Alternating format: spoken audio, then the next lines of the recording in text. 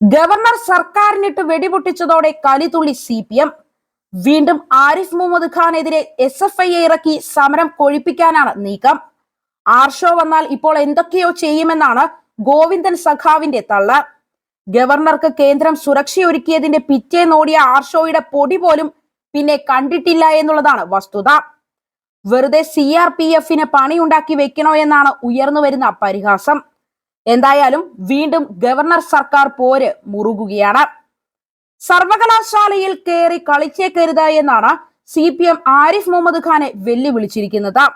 Chancellor പിന്നെ സർവകലാശാലയിലല്ലാതെ party ഓഫീസിൽ കയറിയാണോ കളിക്കേണ്ടത് എന്നാണ് മറുചോദ്യം. 6 സർവകലാശാലകളിൽ VC നിർണയ സമിതി രൂപവൽക്കരിച്ച ഗവർണറുടെ വിജ്ഞാപനം സർക്കാരിനെ വെല്ലുവിളിക്കൽ തന്നെയാണ്. സർവകലാശാലകൾ പ്രതിനിധികളെ നൽകാത്തതിനാൽ UGCയുടെയും ചാൻസലർ എന്ന നിലയിൽ തന്റെയും പ്രതിനിധികളെ ഉൾപ്പെടുത്തിയാണ് സമിതിക്ക് രൂപം നൽകിയത്. സർക്കാർ നിർദ്ദേശം കാരണമാണ് സർവകലാശാലകൾ പ്രതിനിധികളെ നൽകാത്തത്. ഈ സാഹചര്യത്തിലാണ് സ്വന്തം നിലയിലുള്ള നീക്കം. സർവകലാശാലകൾ പ്രതിനിധികളെ പിന്നീട് നിർദ്ദേശിക്കുകയാണ് എങ്കിൽ അവരെ സമിതികളിൽ ഉൾപ്പെടുത്തും.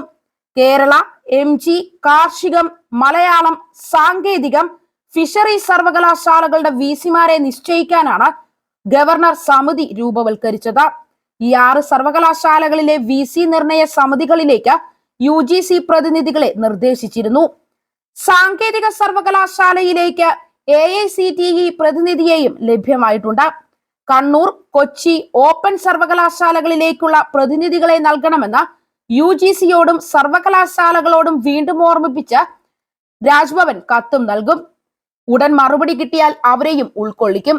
അല്ലാത്ത പക്ഷം VCയെ പുതിയ സമിതി കണ്ടെത്തും. ഇത് വലിയ നിയമ പോരാട്ടമായി മാറുമെന്ന വിലയിരുത്തലുകളുമുണ്ട്. അതുകൊണ്ട് തന്നെ കരുതലോടെയാണ് രാജ്ഭവന്റെ ഓരോ നീക്കവും.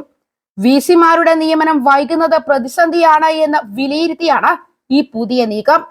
രാജ്ഭവൻ വിജ്ഞാപനം ഇറക്കിയതോടെ ഇനി സർക്കാർ നീക്കം എന്തായിരിക്കും എന്നതാണ് ചർച്ചകളിൽ നിറയുന്നത്.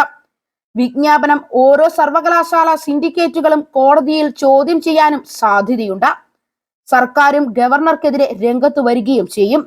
അതേസമയം VCമാർ ഇല്ലാതെ 1 വർഷത്തോളമായ സാഹചര്യത്തിൽ ഹൈക്കോടതി നിർദ്ദേശപ്രകാരമാണ് നടപടി സ്വീകരിച്ചിരിക്കുന്നത് എന്നാണ് രാജ്ഭവൻ പറയുന്നത്.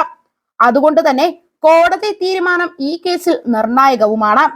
ഇനി മാസങ്ങൾ മാത്രമേ ഗവർണർ പദവിയിൽ ആരിഫ് മുഹമ്മദ് ഖാൻ ബാക്കിയുള്ളൂ. അതിനിടെ കാലാവധി നീട്ടി നൽകുമെന്ന അഭ്യൂഹവും പുറത്തു വരുന്നുണ്ട്. അതുകൊണ്ട് തന്നെ ഗവർണറുടെ ഭാഗത്തു നിന്നും സർക്കാർ ഈ ഘട്ടത്തിൽ ഇത്തരത്തിലൊരു നടപടി പ്രതീക്ഷിച്ചിരുന്നില്ല. സർവകലാശാലകളെ കൊണ്ട് നിയമപോരാട്ടം നടത്തി പ്രതിസന്ധി മറികടക്കാനാണ് നീക്കം.